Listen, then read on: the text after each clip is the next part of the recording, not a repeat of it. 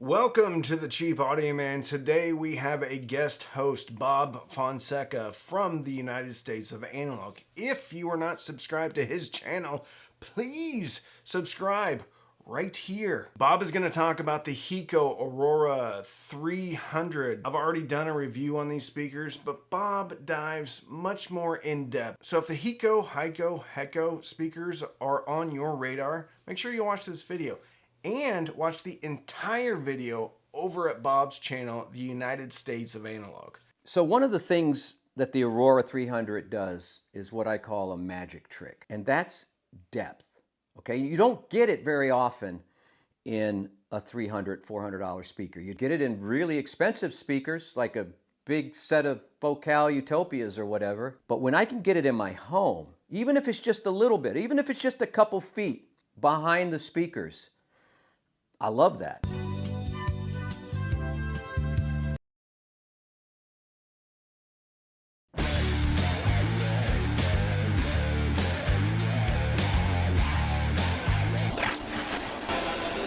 Many reviewers that I watch, okay? I'm a fan, all right? I watch a lot of them.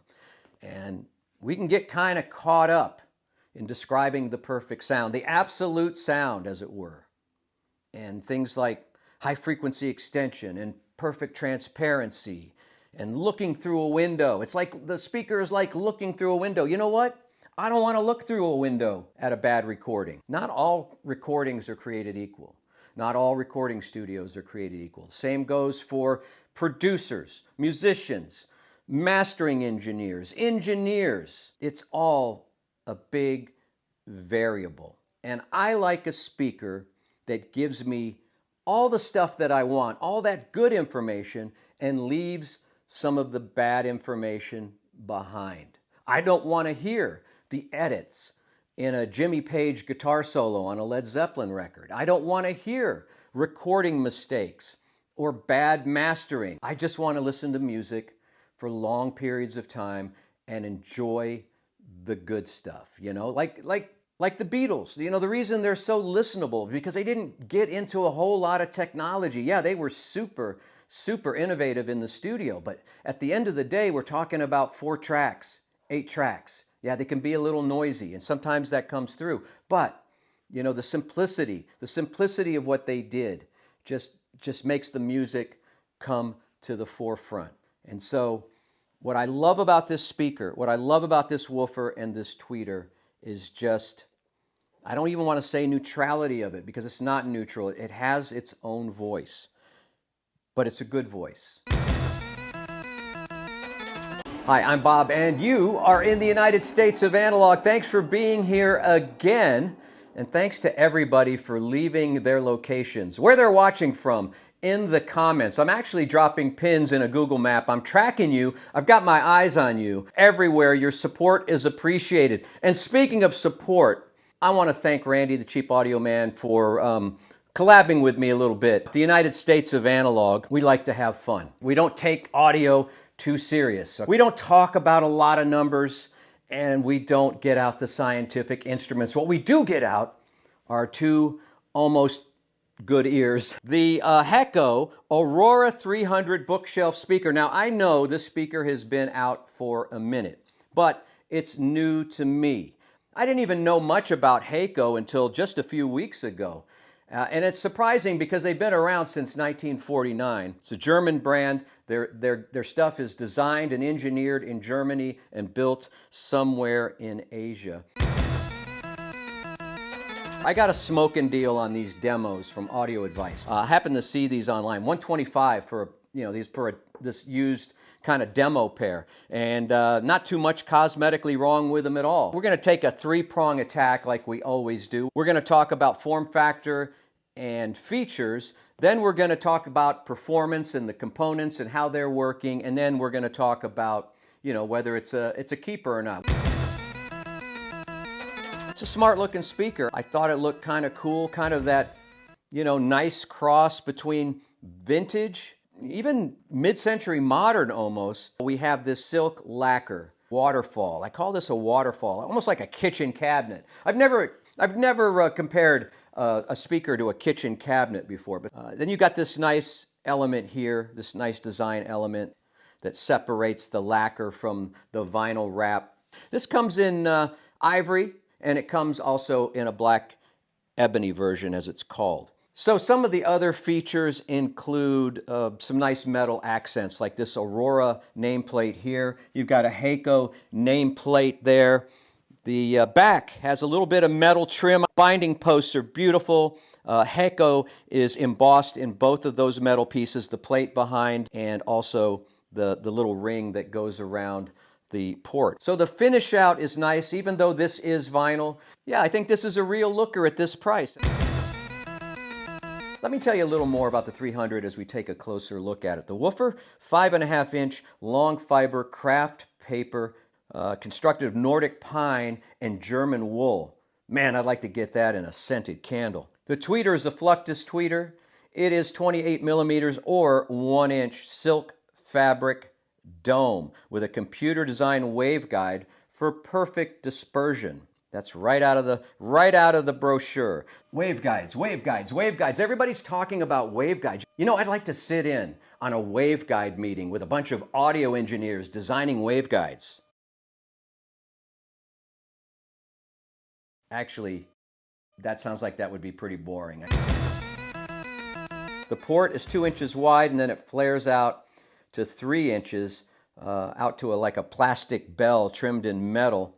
The cabinet, ivory white, ebony black, as I mentioned, 13 3/4 high, 11 3/4 deep, and 7 3/4 wide. 4 to 8 ohms, freak response, 32 to 42.5 kilohertz. Let's talk a little bit about the performance connected into my system. I did not connect it to everything. I did not compare it to a whole lot of other speakers. I'll tell you right off the bat, though, that I preferred the Aurora 300. Oh boy, I'm going to get some mail on this one. I preferred it to my Klipsch Gen 1 600Ms. I preferred it to the LS50 Meta behind me. And you know, this speaker gave me some vintage sound vibes, which I really like. And I attribute that to the paper cone and to the silk tweeter. Takes some of the harshness off of that NAD amplifier. Takes some of that high-end extension off the table that can get annoying, that can get grating and chop your head off. I don't know if it goes to 32. I don't have the equipment to measure that. I'm going to take the fine folks at Heco to you know, at their word. Yeah, this speaker is a joy to listen to in that I can listen to it for a long period of time. I can tell you that the high end is present, it's comfortable, it's not super revealing, enabling you to listen to the music that you love for a longer period of time. The paper cone gives me that my old JBL L26 vibes. I just love the sound of paper cones. Takes me back to the, you know, origins of hi-fi in the 60s and 70s. What I love about this speaker, what I love about this woofer and this tweeter, because it's not neutral, it has its own voice, but it's a good voice. And it's a solid voice, and it's an enjoyable voice that you want to listen to over and over again. I have not taken this speaker out of my chain in 2 weeks. I find new things to like about it all the time, and I have to remind myself that it's a $300, $400, maybe just sub $500 speaker, depending on what kind of deal you can make. So one of the things that the Aurora 300 does is what I call a magic trick. All right? It's one of the magic tricks of hi-fi, of audio, and that's depth. Okay, you don't get it very often in a $300, $400 speaker. You don't get it. You get it in really expensive speakers, like a big set of Focal Utopias or whatever. You get that. But when I can get it in my home, even if it's just a little bit, even if it's just a couple feet behind the speakers, I love that.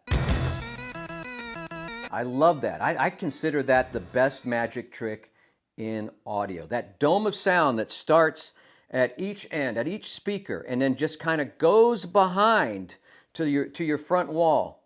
And the vocals especially are recessed a little bit, not too forward, not in your face. $100,000 Focals do that. It has the essence of that sound. When you get that depth, I think you've got something special in a speaker, and the Heco does it. It gives it to you. So weigh in the comments below. What do you think of this speaker? Do you want a speaker that tells you everything, shows you everything? Or do you want a speaker that is kind of laid back and chill, what I call a Sunday morning kind of speaker? You can listen all day. Let me know what you like below. I'm interested. I like speakers like my old JBL L26s, paper cones. Yeah, I can't say this enough. I enjoy these speakers. I enjoy looking at them. I enjoy listening to them. I think there's some very kind of high-end kind of design elements that they didn't have to do. It'll kick you in the chest. Add a subwoofer, but you don't need one. It goes pretty low. I don't know about 32, but it goes pretty low. Who is the 300 for? Well, I think it's for anyone that is looking for a solid performer they can listen to all day in the under $400, the crowded under $400 price category that still wants some nice finish and design aesthetic. I used it in all kinds of situations, from being the front speakers in an Atmos setup to listening to vinyl, listening to digital content, streaming. It works. I mean, that's the best recommendation I can give for it, is that it works. Maybe a little big for a desktop, but I think you'll find a lot of great uses for the Aurora 300. That's it. That's my quick look. I hope it's quick at the Aurora 300. Join me next time in the United States of Analog.